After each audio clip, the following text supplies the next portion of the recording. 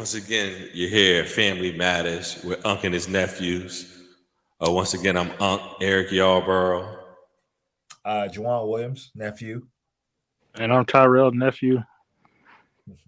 So we always have a debate, young, old, all the generations.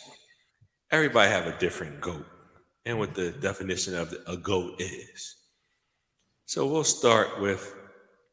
Let's go to an easy one. We'll start with basketball.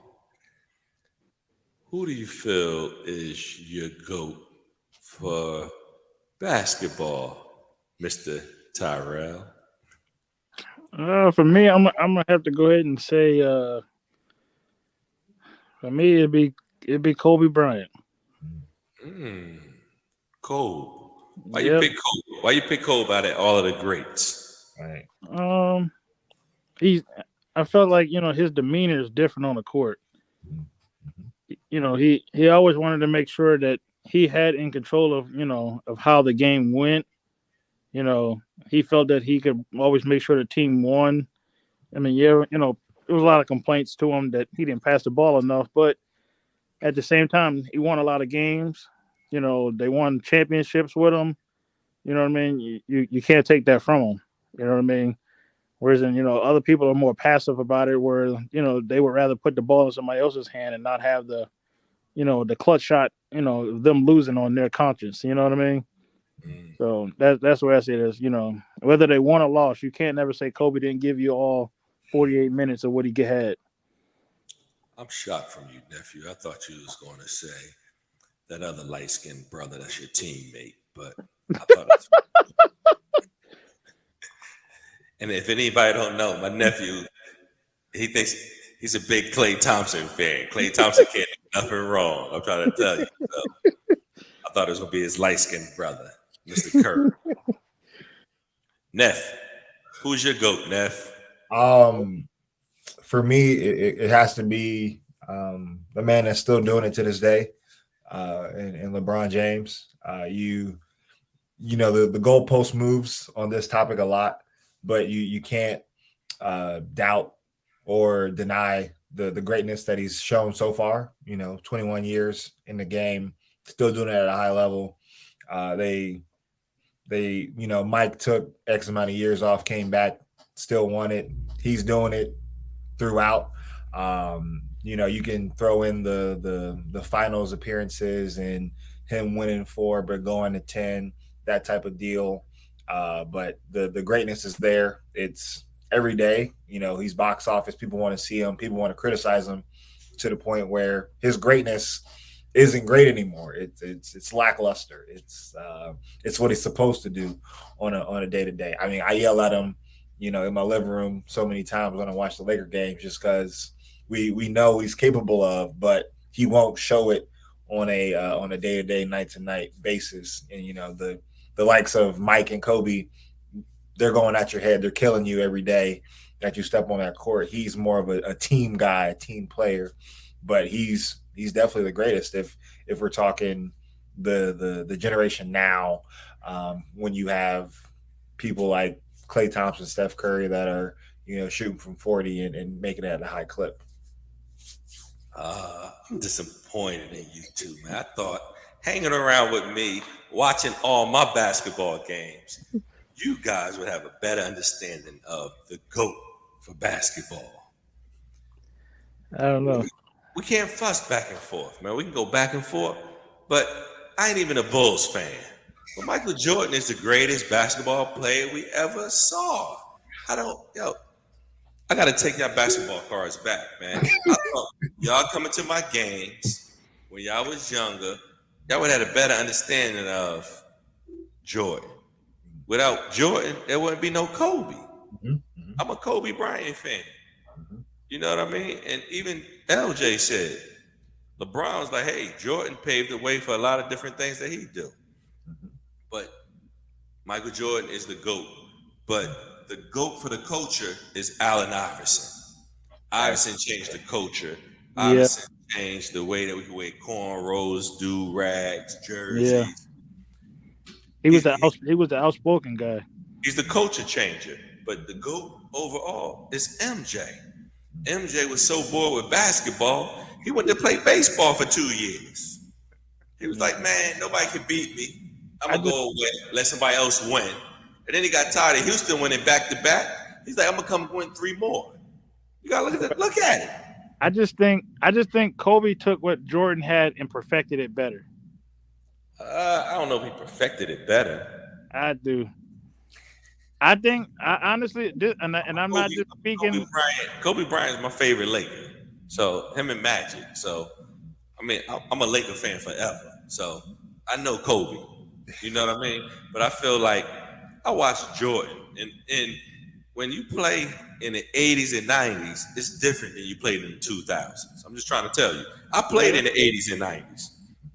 And when I'm outside playing with these kids now, oh, that's a foul. Yo, I'm from old school. We body, we bang you, you hit you, you get clothesline, you come down the lane. You ain't calling that. But nowadays, if I sneeze on Steph Curry, it's a foul. If I even brush up on LeBron James, it's a foul. I'm like, it's a new like the 80s, 90s was a tougher generation to play. I'm trying to tell everybody. If you play in the age today, you can't even hand check. Yeah, but I mean, I think if you take Kobe out of his era and put him back with Jordan, I think Kobe will hold his own. He might. Will he be as great as Jordan though? LeBron, 6'9", 280. I mean, he can deal with that too. I mean, I'm just saying that a lot of stuff that's get called these days didn't get called back in the day. No, absolutely. But I mean, you look at the two generations of games. You look at the 80s and 90s, and you look at now. The difference is there's more. The onus is more on skill. The emphasis is more on skill than it is brute strength or being able to beat somebody up. Like back in the day, 80s and 90s, you got a badge of honor for playing all 82. Like you're not gonna make it through all 82. So if you make it, boom, you stamped. Like you're one of those. Now it's you can do 82 games, but it's like, all right, what are you like in those 82 games? Are you consistently, coming to the game and performing each and every game? So like when you look at you can drop all three of these players in today's game and they're easily getting 40 a night. Like you can put Mike in this era, no one can touch him. 40 easy, like 40 by half. Same with Kobe.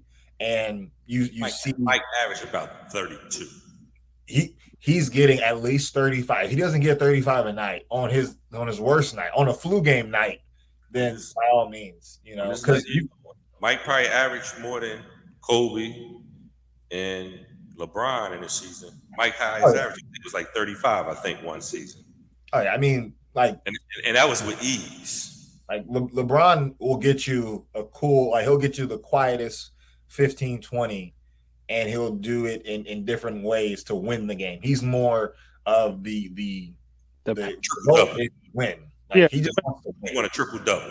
Yeah, but that's what I was talking about earlier about LeBron's more of a passive guy. I'm not saying he's gonna put it. He will pass the ball around, give everybody else an opportunity to win, versus he having everything on him. So with him, you can't never say you never had the opportunity to do anything. You know what I mean?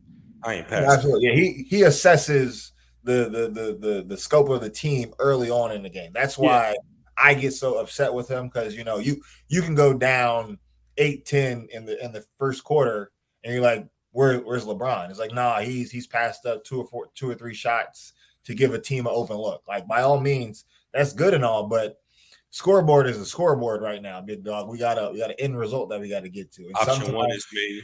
Option 2 is me. And option 3. Like that's Kobe, that's LeBron. That's Kobe, that's Jordan. Like that's their MO. Unless you prove it to them, and we've all seen and heard from the late great Kobe, like his thing was work ethic. Like if my teammates aren't working, they're not gonna get the shots. LeBron, other ways, like I'm gonna get them the shots. And then I'm gonna see what they're working with this game. If they working, cool. I'm gonna sit back, play my role. I can be working down 15. Exactly. It's like we gotta get them back. We gotta get them together. Like no. We gotta get on our own. We gotta get on our own tail and score it. keep us in the game type of deal. And Jordan and Kobe didn't have to do that. Like one, you look at the coaching around them. Kobe and Jordan had Phil. LeBron, I feel like every time he went to the finals or he made a deep run in the playoffs, he had a young coach. You had a young Spoelstra. You had David Blatch in his first year. Then Ty Lue.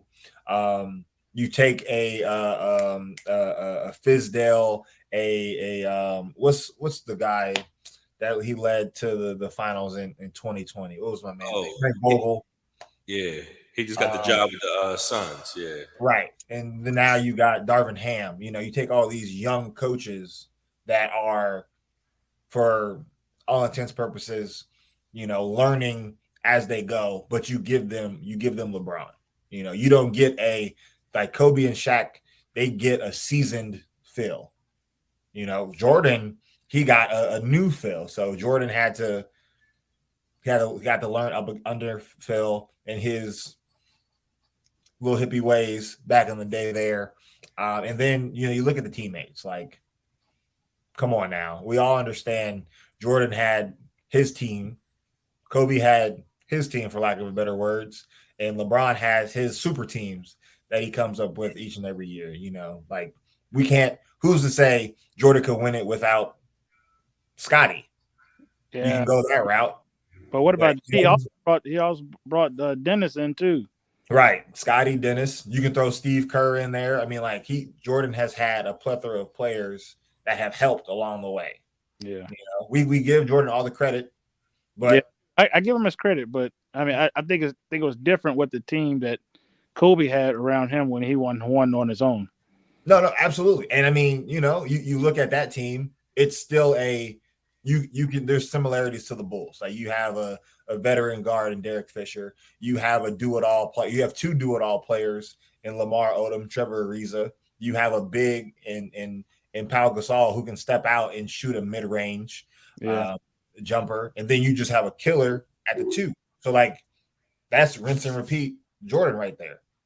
Now you shift to LeBron, it's like LeBron has always had to have a number one guy next to him. You had a Kyrie, you had a D Wade, Chris Bosh, Ray Allen, now Anthony Davis. I mean, street clothes man himself. Easy. I'm right there with you. We in the same boat. My man, he closed 60% of the season, man. Right. It's not even season yet. You right. He got to have at least 40 suits. You right. Right. You know, hey, he come to the game fresh, but staying that thing on the bench. I'm like, but you know, like all these great players have had to have very good or great players next to them. And you know, we've seen Jordan come back, retire twice, come back, still do what he do. Like when he was on the Wizards, he averaged what, 26, 27? Right. And that was basically on one leg. Like 38. He was 37, 38, right? Yeah. Still give it to him in the pinch post. He gonna go to work. And you know, we saw what Kobe did when he didn't have talent. You know, he's out there scoring 30, but still losing the game. It's like, nah, it's not me, it's them. You know, but it's just to a degree of what the team wants and what he wants, you know, because Kobe and Jordan took up a large majority of the salary cap. And we're talking pre-2000 salary cap, pre-2010 salary cap here, where 20 million is half the salary cap, basically. I got a question. Once we're done with this topic, we're all done. Oh, yeah, we all done because we can already go to NFL. Okay. But it's pertaining to basketball. That's what I'm going to ask. All right, go ahead. Do you guys think the Lakers would have been on maybe another 2 to 3 championship winning? And we got Chris Paul? No. This one Shaq was still there. Shaq won at 150. They wouldn't give it to him. They was only going to offer him 100. You think if the Lakers would have gave Shaq another $50 million for what he wanted, you think the Lakers would have won another 2 to 3 championships before Shaq got older? It wasn't about the money. It was about Kobe wanting to be the man, and Shaq had to get out. They would have gave Shaq the money, but Kobe told them if they signed Shaq, he was going to go to Chicago. So it really wasn't all about the money. Because Kobe would have went to Chicago and left us. I didn't know that. When I was Yeah, what Shaq was saying, he said, they offered him 100, but he wanted 150, so that's why he wanted left. yeah. It wasn't really all about the money. Kobe was like, "Hey, I want to be the man. If y'all gonna sign Shaq, then I'm gonna go ahead and go to Chicago next year." And they thought he was playing. He started talking to Chicago, and Kobe, when he was a free agent, he almost signed with Chicago. I didn't know that. Yeah, Oh, yeah. I mean, it was more so egos. You got two big egos there, yeah. and both of them want to win, but also both of them want to be the guy. I want to And be that guy. like the same thing will happen with Shaq and Penny. Like Shaq has a track record. If he's not the guy, He he's want to gonna be gone. He want to be gone. And it wasn't until he got to Miami where it's like, okay, I'm not that guy no more. I need to ride the Wade coattail. exactly. Or like, I need a number two. Like he found out that this is not like I'm not the same person. I'm not the same player. But I'd say we definitely would have went on another 2-3 year run because the league was finally adapting to Shaq. Like you had to have 2-3 bigs just for Shaq, for fouls alone. And to get through the gauntlet, you give them a 7-game series, like everyone's fouling out. And then, you see all the highlights. My man is changing the league. Like most dominant ever, changed equipment, changed defenses, changed team and how things were made. But he also, master marketer. My man, I feel like every time I turn on the television, my man's on a commercial. He's somewhere doing something with somebody. But, money talks. And as long as you got it, you can have Shaq in your pocket. Hey, An NFL player. greatest of all time NFL player. I'll let you go first, Tyrell. I'll let Tyrell go first. Let Tyrell go first because we don't know what's going to come out of his mouth, so we need to be ready, nephew. Greatest of all time NFL player. All right, come back to me. This man. I mean, it's one. It's one person. It's one person that you. It's a Michigan man, baby. Michigan man. It's one guy. He just we retired. Yeah, but we can't blame it. We can't say all rings. Can't base it on rings. Now you're moving the goalposts. We talked about this in the basketball. The goalpost is moved. Let me tell you something, man. He was 7th round draft pick. Wasn't even a starter. They projected him, said he would never play in the NFL. Great backup. He had a slow 40 time. They say he couldn't throw. I forgot a couple patterns. I watched the whole Tom Brady story, man. Mm-hmm.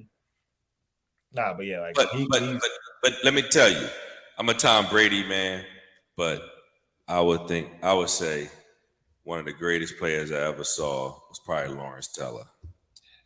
I never seen his highlights, but I never got a chance to. If I did, I was a kid, but Lawrence Teller was that guy. Tom Brady's probably my GOAT, but the greatest player I ever saw probably was Lawrence Teller. So I think that would be my choice for greatest player ever is probably Lawrence Teller.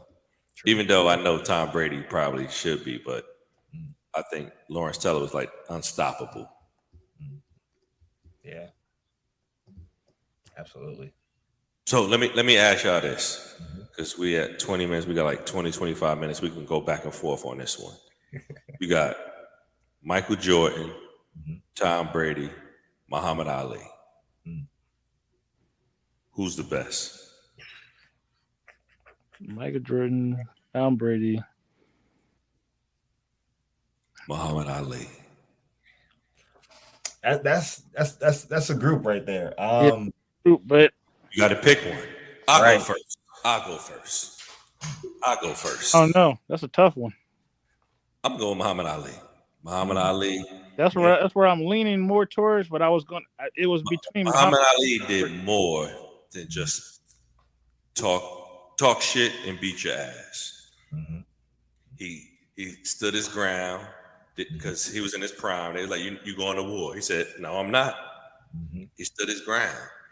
I respect him for giving up his belt for the 2 years they suspended him. Then they try to screw him. But at the end of the day, Muhammad Ali, he stood his ground for equality and, what's right. And He talk shit to you, and then he beat your ass. He tell you, "Hey, I float like a butterfly, sting like a bee. Guess what? You going down in 3. Guess what happened? You went down in 3. You know what I mean? When you call your shots like that, hey, I gotta go with Muhammad Ali, man. I mean, he's the only one out of the three of them that did it by himself. Technically, you know, That's all. Yeah, he went out there. The same could be said for Tiger, Serena, those people that, you know, in a sport where it's just you, you know, win or lose, it's on your shoulders. And in the other sports, you know, Jordan has 4 other players, Tom has 10 other players, or 21 if you want to count defense, that can win or lose the game for him. But I definitely had to agree. I would still pick Tom, terrific Tom, just because of the situation they put him in. My man was making peanuts out there in Foxborough, and they was giving him plumbers and gardeners to run routes for him. They gave him one weapon in Gronk, you know, and look at him. All you need is one weapon. Right. And then, you know, he had a great defense, by all means, great defense. But everyone else on that offensive side, he could have thrown the 3 of us out there like, all right, we're going to the Super Bowl, guys. Just catch the ball. You know? Throw me the damn ball. Yeah. Yeah, I mean, Ty, who you going with, Ty? I mean, for me, I was leaning more towards Muhammad Ali. But then at the same time, I was thinking about, you know, Jordan did a lot of great things. But I mean, you can't take nothing away from Brady. I mean, like Jawan said, I mean, you could probably give the man a couple of 8th graders out there somewhere and still somehow win a Super Bowl. I don't know how, but he'll figure it out. You know what I mean? Like, you can't take it from him. But you just say he wasn't the greatest though, for NFL player. No, I didn't say that. No, I didn't say that. What I was saying was we can't base the greatest player on just his Super Bowls. What you play for? What you play? To lose? I mean, what you play the game for? No, it's some other great players that, I mean, you can't, because they didn't have to play the game for. You're not answering the question. To win. Yeah, it's a lot of great Super Bowl. It's a lot of guys that never won a Super Bowl. Dan Marino, but he get knocked because they say, like, it's a lot of great players, but the reason why Tom Brady is Lawrence great. Didn't win as many as Tom Brady. You know, he's still in the conversation. He went to 2. I understand, but he don't have 7 or 8. Nah, he's in the conversation though. So, like, look, if you make it to the dance and you know you're crowned prom king for the dance, you're in the conversation. Yeah, you know it's prom king. You know, it's like an upper echelon of it's a VIP list, if you will. It's like, all right, you know, you got the guest list. You know, people still waiting in the guest list line to get in the club, but this VIP list, no, they going first. There's 10 to 15 players that you can put in the VIP list, but you know, you see Tom Brady walking up, you clear out the way. Y'all don't have what this man has. We're gonna let him in first. You know, Lawrence, you're right behind him. But if you touch that man, we're gonna get security on you. But you know, it's just when you look at the full body of work, you understand. Sure, Tom can make a 2-yard pass, and Julian Edelman can do the rest. But it's like, one, who was Julian Edelman a couple years ago?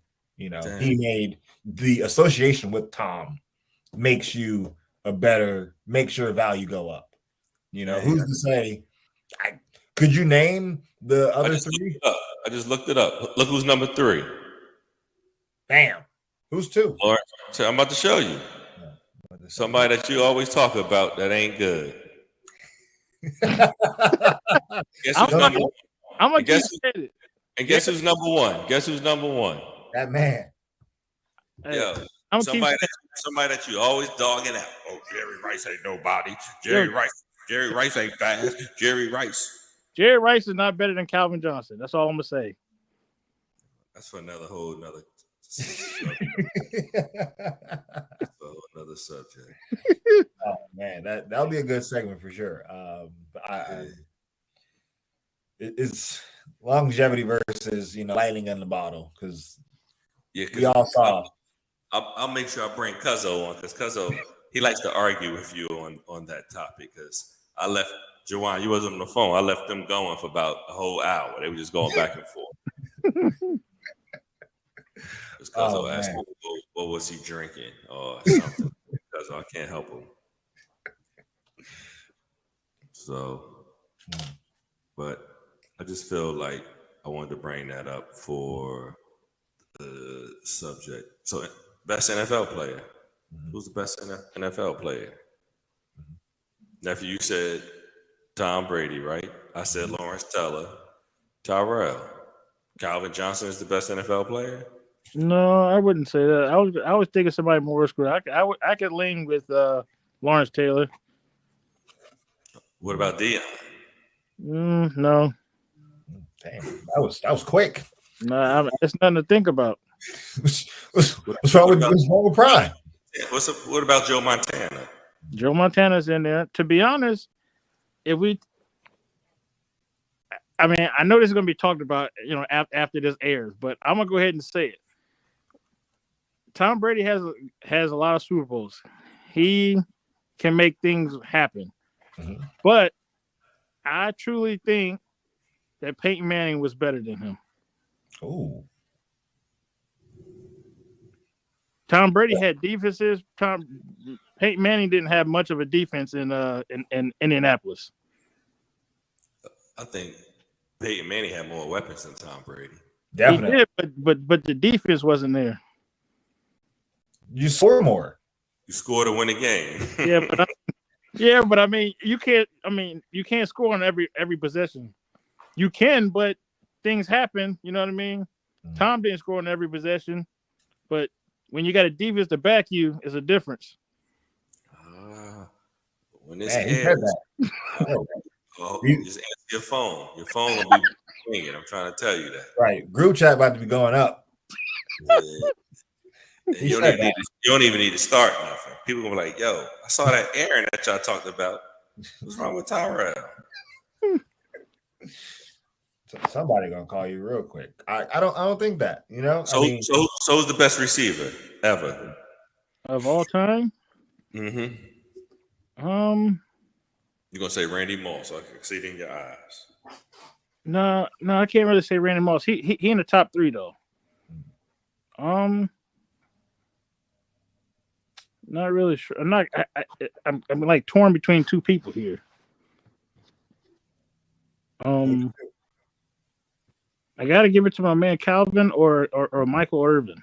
Wow. Okay. I mean, both great players, but I gotta go with Andre Johnson would definitely be in the top 5. Jesus. Who? You're skipping a lot of folks. Are you okay? I'm good. Jerry Rice, Randy Yo, Moss. look at Andre Johnson's career with the terrible quarterbacks he's had. I understand. Steve Largent, Chris Carter, Larry Fitzgerald, number 7. If Larry would be after Marvin Harrison, number 8. Number 9, Lance Allworth from the Chargers. And number 10, Calvin Johnson. Let me show you. Let me just show that to you. You see that number? Let me slide it down because it looks like it's blocked a little bit. I want you to see that. Number 10, Calvin Johnson. It's not up to date. Okay. It's not up to date. Somebody left it open when he was a rookie. That's Bleacher Report. Crazy. That's Bleacher Report. Nah, the best. Like 9 years? Nah. Wait, what?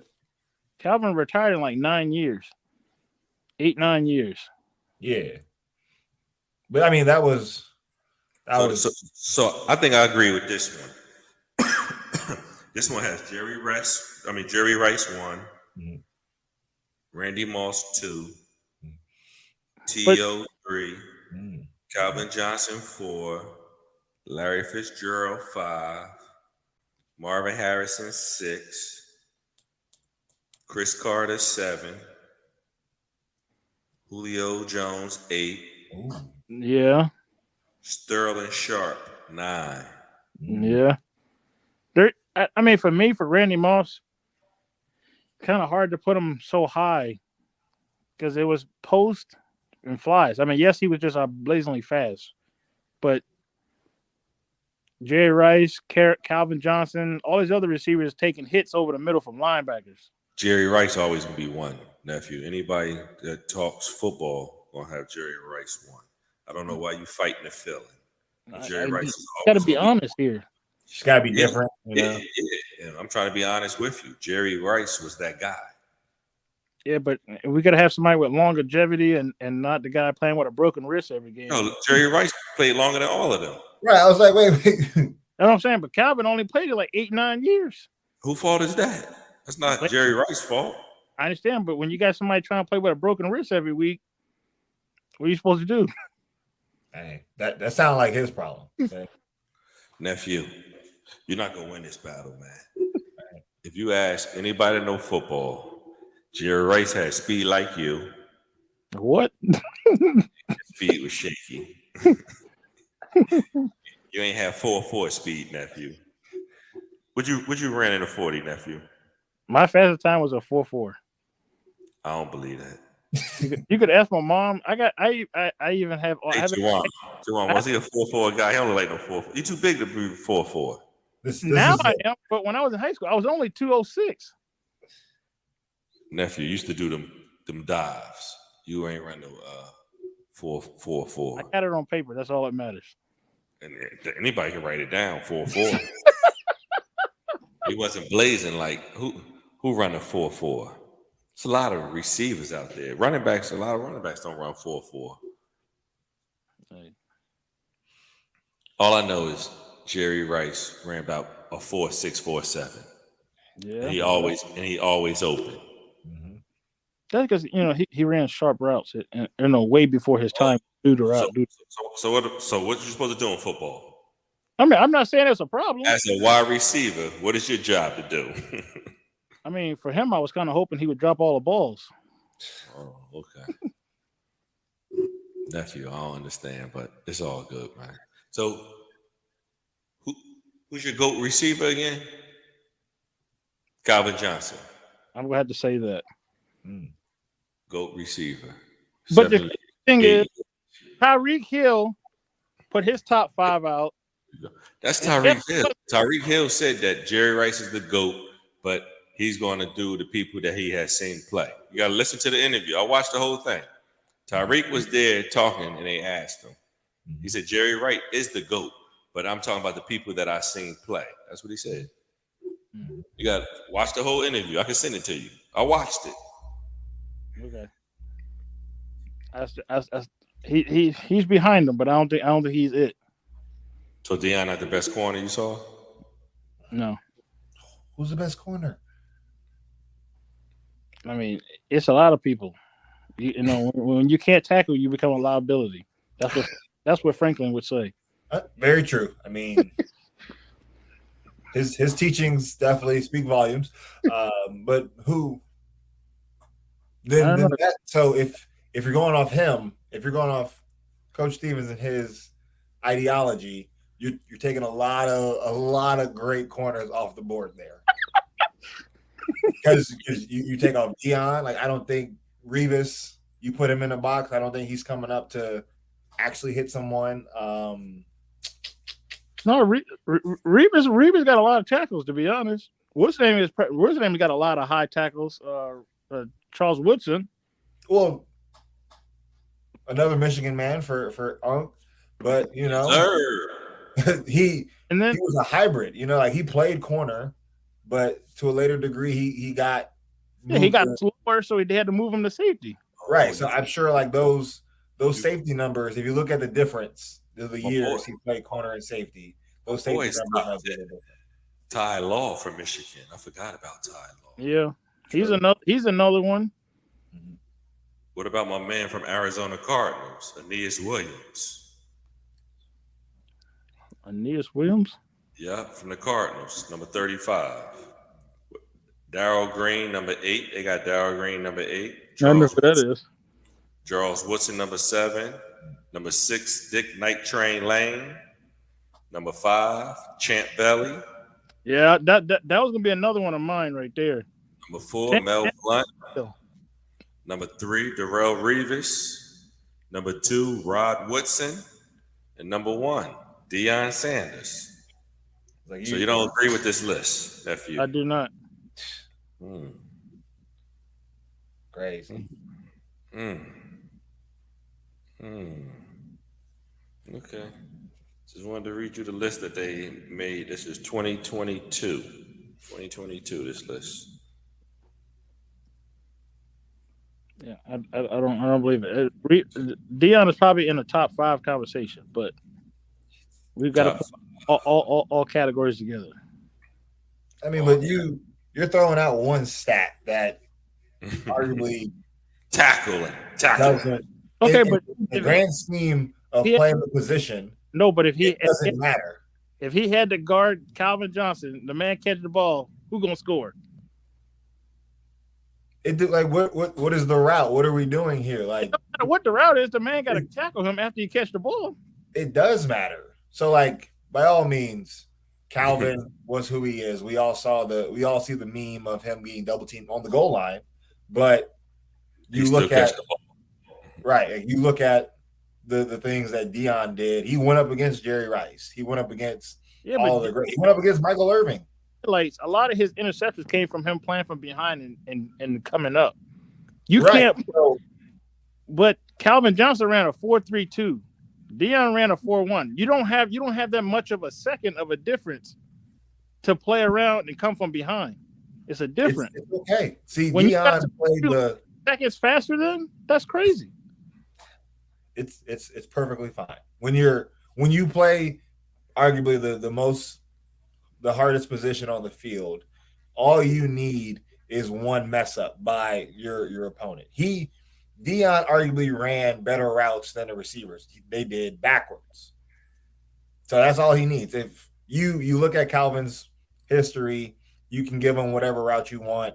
If he messes up, goes too far wide or goes too far flat, Deion has the ability to make that play up and make that actual not a tackle. It's a highlight for him. Like we saw it. Like you pull up any highlight versus Deion versus Jerry or Deion versus Irving. It's poetry in motion. Sure, they'll get a couple catches on the sideline, something like that. But if you get them on a dig and they go a little bit too far wide, he's coming under, and he's high stepping his way down the sideline. You got to give him credit. Like by all means, sure, he got beat a few times, but he was a good enough Everybody player. Get beat. You just gotta have that quick memory. You gotta be like, all right, I got beat, let me get it back. And it was to Deion's advantage that if he got beat for 6, it's okay. They have to kick him the ball the next play, and then I'm gonna take it to the house. So I give Deion that edge just because one, he came in the game doing it at a high level, and then after the football game, he go play baseball. And hit 2 singles and a home run. And then he'll tell you about it. This is what I'm gonna do. Try it and stop me. By all means, everyone got their swag, they got their game from Deion. The Darrell Revises of the world got it from Deion, but they just perfected their craft. Darrell was a technician from 5 yards in. If you get him in that 5-yard box, he's gonna keep you there. We all saw the stat that came out with him and the 8-week matchup that he had with top receivers, holding everybody under almost 50 yards, I believe. Yeah. He did it at a high level for sure. But I mean, Deion played with Jerry and Irving and then played against them. Who can say that they did that on a in their career? You play with a great receiver, go against him every day in practice, and then say, all right, I'm done with the team. But when I see you, it's on. I'm guarding. Right, all day long. Sure, you get the Jalen Ramsey of the world that follow folks. You get the Stephon Gilmores that follow people, the Trayvon Diggs that follow folks. But nowadays it's more of a they pick sides. You know, you got to go to the boundary corner side or the field corner side, and now it's more of a the art of following and being the guy on a week to week base has definitely fell off. And then the nature of the defenses have changed. You know, you don't have lockdown corners that can do it all game long, like the Darrell Greens, the Deions had back in the day, the Ty Laws back in the day. Like when Deion's on the field, theoretically, you're not supposed to look his way. And those quarterbacks that looked his way are all Hall of Famers to a degree. Those that looked his way and got picked off, they're no longer playing in the NFL, or are They they? ain't last long. They ain't last long. You know, but those that theoretically tried Deion and succeeded, they're Hall of Famers. So you got to get a man his credit. Oh no, I'm not saying the man is trash. I just don't think he's the greatest corner of all time. Crazy. Okay. We Had to start somewhere. We understand, nephew. I'm gonna give it to Charles Woodson. Michigan, yes. Too bad it can't be for somebody from Miami. Miami got Ray They Lewis. got everybody else. They got Ray Lewis, Ed Reed. They got some. Oh yeah, I know. They don't got a lot of offensive players though. That's like top of the list. No. They got a lot of defensive players. But all right, man. Well, we've been going and going and going. The GOAT will never get a final answer. Everybody has different opinions about the GOAT. Right. The GOAT story will always continue when the next best thing comes about of any sport. You know, that's one of the arguments that will always be available for barbershop talk. Yeah. Of any sport, because everybody has their own opinion and everybody has their own favorite players. So always remember, when we say the GOAT is not the GOAT, it's our GOAT, because all three of us have three different GOATs. So hopefully everybody enjoy their day. Once again, it's Family Matters with Unc and his nephews. You have a good day.